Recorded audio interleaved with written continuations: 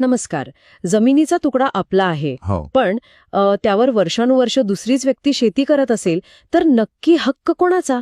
हा प्रश्न बघा अनेक जमीन मालकांना पडतो आणि जे जमीन घेऊ इच्छितात बरोबर. तर आजच्या आपल्या चर्चेचा विषय हाच आहे. म्हणजे जमिनीचा जो कायदेशीर मालक आहे आणि जी व्यक्ती प्रत्यक्ष जमीन कसते आहे यांच्या हक्कांचं गणित कसं असतं ते जरा समजून घेऊया.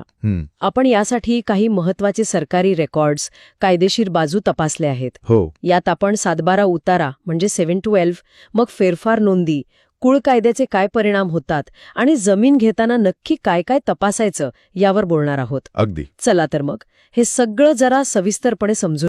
सुरुवात अगदी मूलभूत प्रश्नापासून करूया. जमिनीची कायदेशीर मालकी ती नेमकी ठरते कशी? आपण साधारणपणे काय समजतो की 7/12 उतार्यावर ज्याचं नाव तो मालक, हे कितपत बरोबर आहे? सर्वसाधारणपणे बोलायचं झालं तर हो, 7/12 उतारावर भोगवटादार वर्ग 1 किंवा भोगवटादार वर्ग 2 असं लिहिलेलं असतं. त्या रकान्यात ज्या व्यक्तीचं किंवा व्यक्तींची नावं आहेत त्यांना कायद्यानुसार मालक किंवा भोगवटादार मानलं जातं. अच्छा. हा मालकी हक्काचा एक महत्वाचा पुरावा आहे, प्राथमिक पुरावा म्हणू शकतो.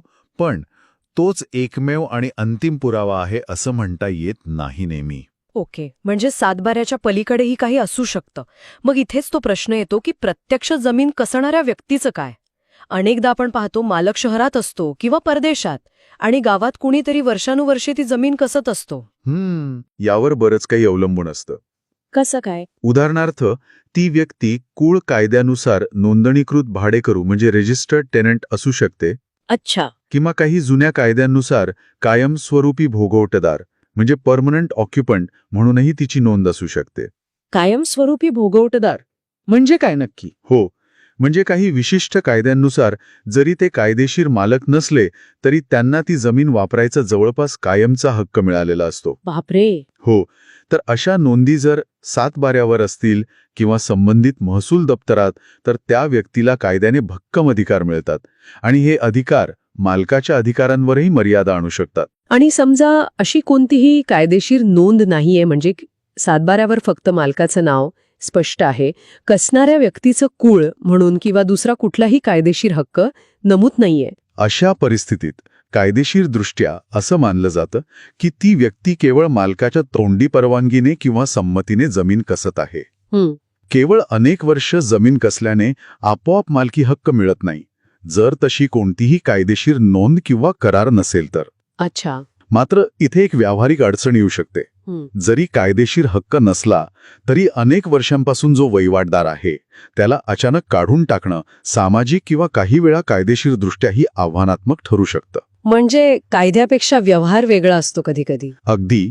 रितसर नोटीस द्यावी लागते, कायदेशीर प्रक्रियेचं पालन करावं लागतं, परस्पर किंवा बळजबरीने ताबा घेणं टाळावं लागतं, कारण ते उलट मालकासाठीच अडचणीचं ठरू शकतं. म्हणजे 7/12 उतारा बारकाईने तपासणं किती महत्वाचं आहे हे पुन्हा अधोरेखित होतंय. मग हा उतारा तपासताना नक्की कुठे लक्ष द्यायचं? म्हणजे मालका व्यतिरिक्त इतर कोणाचे हक्क आहेत का हे कसं समजतं? बरोबर. 7/12 उतारा तो 2 भागांमध्ये असतो, गाव नमुना 7 आणि गाव नमुना 12. हो. नमुना 7 हा मालकी हक्क, जमिनीचा सर्वे नंबर, क्षेत्रफळ, महसूल याबद्दल असतो. नमुना 12 हा मुख्यत्वे पिकांच्या नोंदींसाठी म्हणजे पीकपाणी आणि झाडांसाठी असतो. पण सगळ्यात महत्वाचा रकाना जो अनेकदा दुर्लक्षित होतो तो म्हणजे गाव नमुना 7 मधला इतर हक्क, किंवा काही ठिकाणी त्याला शेरे असं म्हणतात, म्हणजे रिमार्क्स. अच्छा, इतर हक्क किंवा शेरे. हो, याच रकान्यात जमिनीवर असलेले इतर अधिकार, जसं की नोंदणीकृत कुळाचं नाव असेल, कर्जाचे बोजे म्हणजे एन्कम्ब्रन्सेस असतील, बँकेचं किंवा वित्तीय संस्थेचं नाव असेल, वारसांचे हक्क असतील, कोर्टाची स्टे ऑर्डर असेल. अरे देवा, एवढं सगळं? हो, किंवा सरकारी योजनांखालील निर्बंध म्हणजे रिस्ट्रिक्शन्स यांची नोंद तिथे असते. रस्त्यासाठी संपादित जागेची किंवा इतर सरकारी आरक्षणाची नोंदही इथेच सापडू शकते. बापरे. म्हणजे इतर हक्क हा रकाना म्हणजे जमिनीच्या कुंडलीसारखाच झाला की? समजा या रकान्यात एखाद्या नोंदणीकृत कुळाची नोंद असेल तर मालकाच्या अधिकारांवर काय परिणाम होतो? तुम्ही कुळ कायदा म्हणालात मगाशी, तो नेमका काय आहे आणि त्याचे काय परिणाम होतात? हो, इतर हक्क रकाना अत्यंत महत्वाचा आहे. जर तिथे कुळ कायद्यानुसार नोंदणीकृत भाडेकरूची नोंद असेल तर परिस्थिती मालकासाठी खूपच वेगळी होते. कुळ कायदा म्हणजे Bombay tenancy and agricultural lands act 1948 आणि संबंधित इतर कायदे आहेत. हे मुळात जमीन कसणाऱ्या शेतकऱ्यांच्या हक्कांचं संरक्षण करण्यासाठी बनवले गेले आहेत. अच्छा. या कायद्यानुसार नोंदणीकृत कुळाला जमिनीवरून काढून टाकणं अत्यंत कठीण असतं. त्यांना कायद्याचं भक्कम संरक्षण मिळतं. म्हणजे मालक असूनही काढता येत नाही. सहजासहजी नाही. इतकंच नाही तर काही विशिष्ट परिस्थितीत त्याच कुळाला ती जमीन कायदेशीर प्रक्रियेद्वारे विकत घेण्याचा पहिला हक्क असतो, म्हणजे प्रेफरन्शियल राईट. काय सांगताय? हो, त्याला कुळकायदा कलम 32 नुसार खरेदी म्हणतात. ही प्रक्रिया बरीच किचकट असते आणि जिल्हाधिकाऱ्यांच्या किंवा न्यायालयाच्या परवानगीशिवाय पूर्ण होऊ शकत नाही. म्हणजे नोंदणीकृत कुळ असेल तर मालक नावापुरताच उरण्याची शक्यता आहे. जमीन स्वतःच्या ताब्यात घेणं जवळजवळ अशक्य होऊ शकतं. विचार करा, एखाद्याने अशी जमीन विकत घेतली आणि नंतर कळलं की त्यावर नोंदणीकृत कुळ आहे. किती मोठा घोळ होऊ शकतो? अगदी. आणि म्हणूनच जमीन खरेदी करण्यापूर्वी इतर हक्क रखाना तपासणं अत्यावश्यक आहे. जर तिथे कुळाची नोंद असेल तर तो व्यवहार टाळलेलाच बरा, किंवा मग कायदेशीर सल्ला घेऊनच पुढचं पाऊल उचलावं. बरोबर. अनेकदा लोक फक्त मालकाचं नाव बघून व्यवहार करतात आणि नंतर आयुष्यभरासाठी कायदेशीर लढाईत अडकतात. नोंदणीकृत कुळ दुर्लक्षित केलं तर जमीन परत मिळवण्यासाठी वर्षांवर्ष जातात आणि लाखो रुपये खर्च होतात. हे स्पष्ट झालं. आता दुसरा महत्वाचा दस्तऐवज म्हणजे फेरफार उतारा. सातबाऱ्यासोबत याचं काय महत्व आहे? फेरफार उतारा म्हणजे म्युटेशन एंट्री किंवा विलेज फॉर्म 6 हा 7/12 इतकाच महत्वाचा आहे, किंबहुना काही बाबतीत तर जास्त महत्वाचा म्हणता येईल. अच्छा, कसं काय? 7/12 हा जमिनीच्या आजच्या स्थितीचा आरसा आहे, तर फेरफार उतारा हा त्या जमिनीच्या मालकी हक्काचा इतिहास सांगतो. असं समजा की फेरफार नोंदी म्हणजे जमिनीचं जन्म प्रमाणपत्र आणि चरित्र दोन्ही एकत्र. वा, छान उदाहरण आहे. हो, त्यातून तिची खरी ओळख पटते.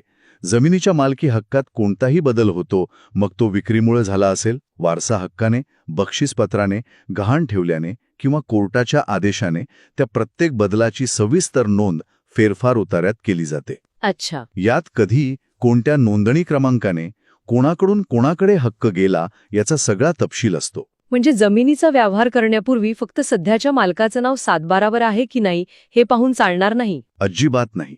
तर ते नाव तिथे कसं आलं याची पूर्ण साखळी, पूर्ण हिस्ट्री तपासण्यासाठी फेरफार नोंदी बघायलाच हव्यात. हे एक प्रकारे जमिनीचं फॅमिली ट्री तपासण्यासारखं झालं. अगदी अचूक.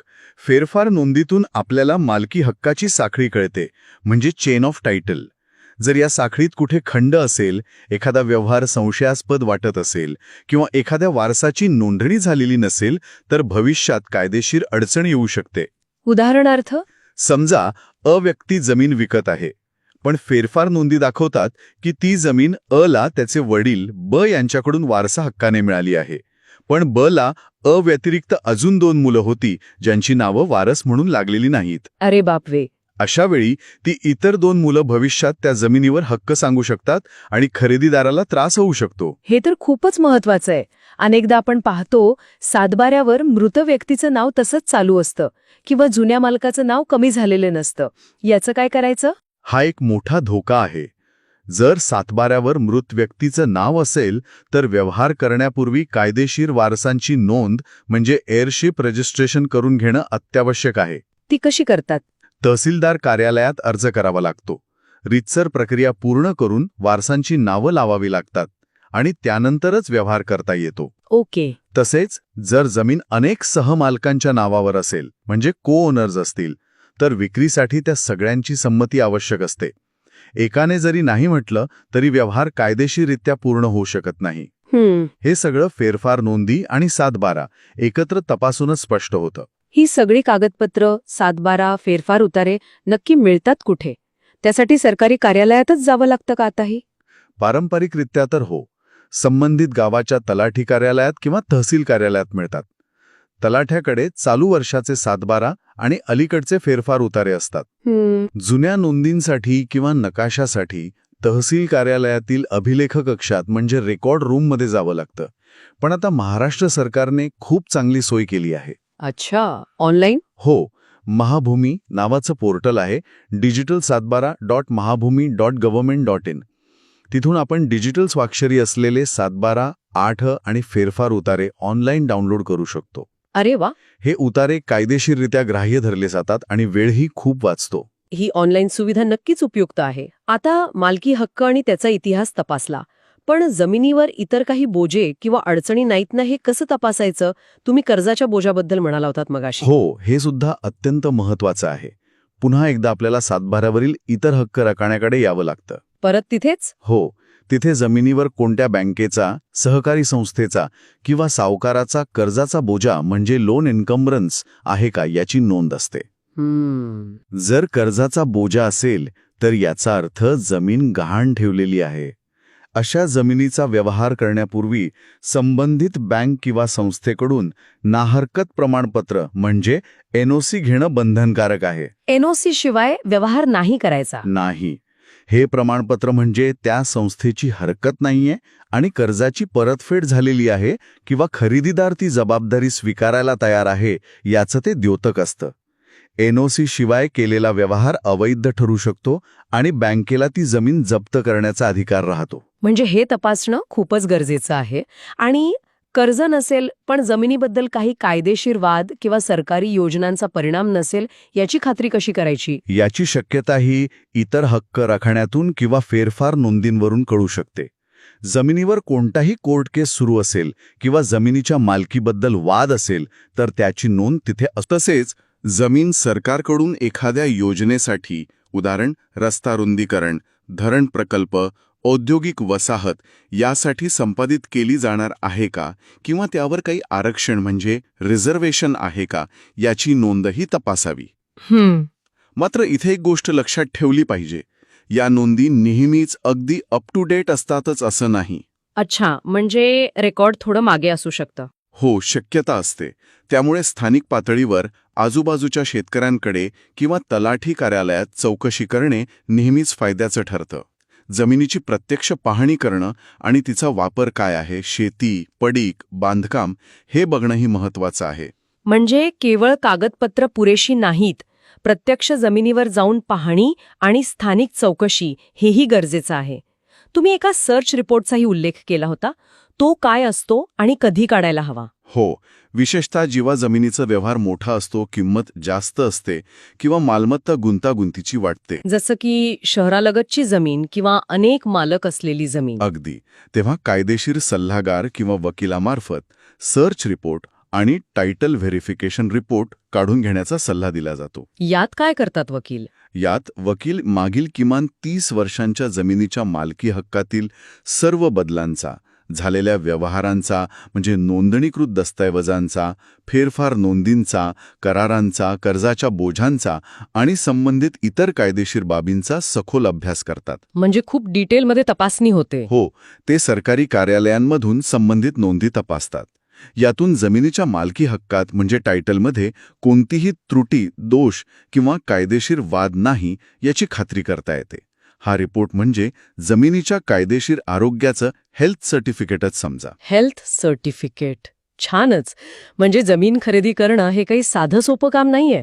केवळ सौदा पटला आणि पैसे दिले म्हणजे झालं असं अजिबात नाही. नाही. यामागे बरंच संशोधन आणि कायदेशीर पडताळणी करावी लागते. अगदी खरं आहे. जमिनीच्या बाबतीत कोणतीही घाई किंवा निष्काळजीपणा खूप महागात पडू शकतो. तोंडी आश्वासनांवर किंवा मध्यस्थांच्या सांगण्यावर कधीही पूर्णपणे विसंबून राहू नये. बरोबर. प्रत्येक कागदपत्राची बारकाईने तपासणी करणं, गरज वाटल्यास अनुभवी वकिलाचा सल्ला घेणं आणि जमिनीच्या मालकी हक्काबद्दल तसेच तिच्यावरील इतर बोजांबद्दल 100% खात्री झाल्याशिवाय खरेदीचा व्यवहार पूर्ण करू नये. ही प्रक्रिया वेळखाऊन आपटू शकते, पण भविष्यातला मोठा त्रास आणि आर्थिक नुकसान टाळण्यासाठी ती आवश्यक आहे. तर आजच्या चर्चेतून काही गोष्टी अगदी स्पष्ट झाल्या आहेत असं मला वाटतं. जमिनीचा कायदेशीर मालक कोण आणि ती जमीन कोण कसतंय यातला फरक समजून घेणं किती महत्वाचं आहे. हो, केवळ मालकाचं नाव नाही तर 7/12वरचा तो इतर हक्क रकाना, तो कळीचा मुद्दा आहे, जिथे कुळाचे हक्क, कर्जाचे बोझे आणि इतर कायदेशीर बाबींची नोंद असते. अगदी. त्याचबरोबर फेरफार नोंदी त्या जमिनीच्या मालकी हक्काचा सगळा इतिहास उलगडतात. त्या तपासल्याशिवाय मालकीची साखळी स्पष्ट होत नाही. जमीन खरेदी करण्यापूर्वी 7/12, फेरफार, कर्जाचा बोजा आहे का, काही कायदेशीर वाद आहेत का आणि प्रत्यक्ष वहिवाट कोणाची आहे या सगळ्याची सखोल चौकशी करणं अत्यावश्यक आहे. आणि गरज पडल्यास सर्च रिपोर्ट हा अधिक खात्री देणारा पर्याय आहे. निश्चितच. ही सगळी माहिती निश्चितच अनेकांना उपयोगी पडेल अशी आशा आहे. या चर्चेतून जमीन व्यवहारातील कायदेशीर बाबीची गुंतागुंत आणि त्यात घ्यायची काळजी यावर खरंच चांगला प्रकाश पडला. बरोबर.